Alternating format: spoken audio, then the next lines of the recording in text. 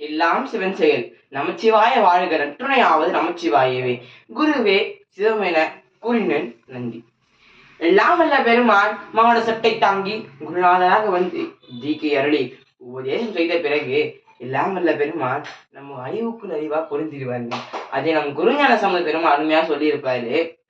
அகமாகி கண்ட அறிவாகி என்றும் சுகமாகி இன்ப சுகமாய் சுகத்தீன்று ஆனந்த வெள்ளம் அதுவாய் சுகத்தான்று ஆனந்தம் ஆதி இலாதான்.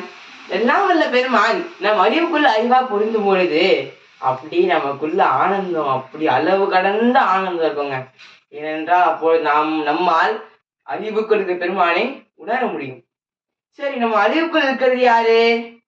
இந்த சுகத்தை ஆனந்தத்தை எல்லாம் கடந்து பிறப்பு இறப்பு என்ற எதுவுமே இல்லாத பரம்பொருள்.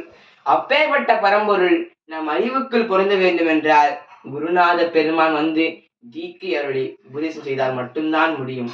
அது மட்டுமல்லாமல் குருநாதருடைய திருக்கண் நோக்கம் நம்மேல் பட வேண்டும். எனவே வருகின்ற 29ஆம் தேதி கோவில் பதாகை அருள்மிகு கோவர்த்தனாம்பிகை அம்மனாகிய கயானத ஆலயத்துக்கு அனைத்து அடியார் பெருமக்களும் வந்து குருவருள் பெற வேண்டும். திருச்சிற்றம்பலம்.